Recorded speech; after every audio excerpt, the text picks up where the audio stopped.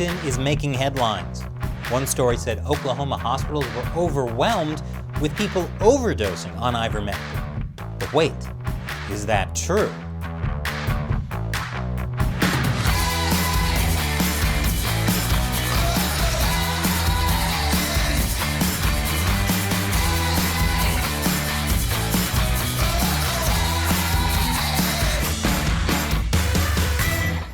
Hi, welcome to America Uncovered. I'm Chris Chappell. Please give us a like and hit that subscribe button to be the first to see all of our new episodes. So, ivermectin. It's fun to say, but what is it? Well, it's a drug used to cure diseases caused by parasites. Diseases like river blindness or head lice in humans. It's also used for heartworm in animals such as horses and cattle. And I'm conducting tests to see if it's useful against those parasites in the paparazzi. If you've been keeping up with the news lately, you've probably seen some headlines about ivermectin. Perhaps it was this headline about Joe Rogan, or this headline about Joe Rogan, or this headline about Joe Rogan, or this Puffington Host headline about Joe Rogan. But one of the headlines that has garnered the most attention recently is this headline: patients overdosing on ivermectin backing up rural Oklahoma hospitals' ambulances. Which is newsworthy, since the only thing that usually backs up rural hospitals in Oklahoma is choking on fried okra while riding a mechanical bull. That story was first published by a local Oklahoma news channel called KFOR. But then the story went viral.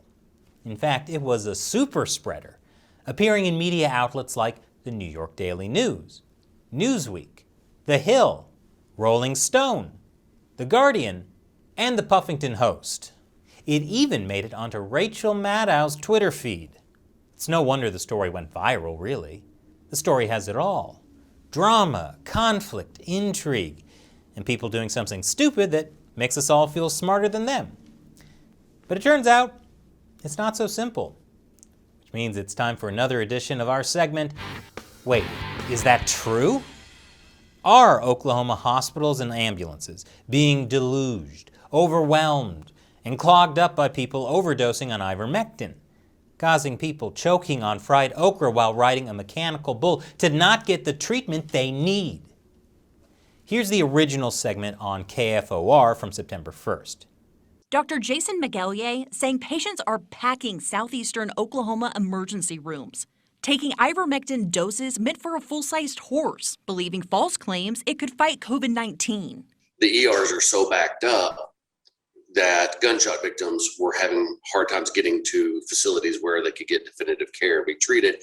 Something McEllier says is now backing up small-town ambulance systems, too. All of their ambulances are stuck at the hospital waiting for a bed to open so that they can take the patient in, and they don't have any, that's it. But if there's no ambulance to come to the call.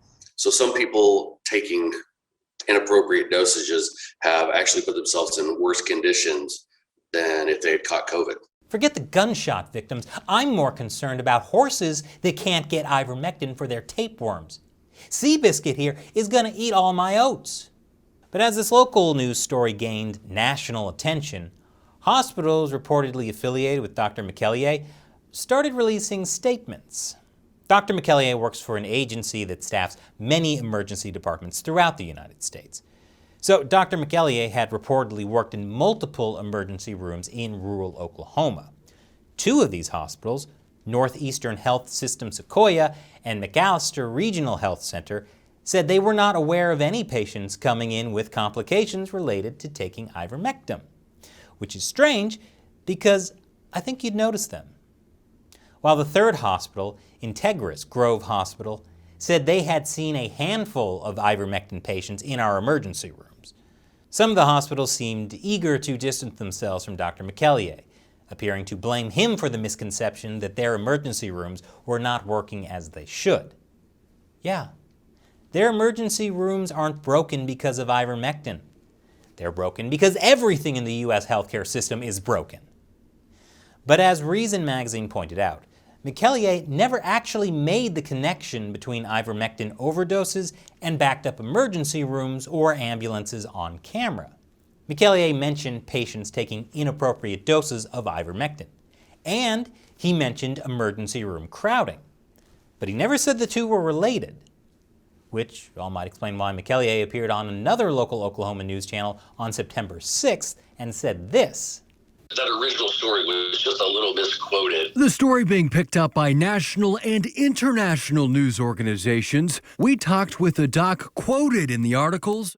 As the story ran, it sounded like all of Oklahoma hospitals were filled with people who had overdosed on ivermectin, and that's not the case. So the media put two unrelated things next to each other to make them seem like they were related? No wonder there was confusion. That'd be like me reporting the annual Met Gala took place and millions are dead. Hey, why does everyone think those two things are connected? That report went on to note the real reason that emergency rooms are suffering strain.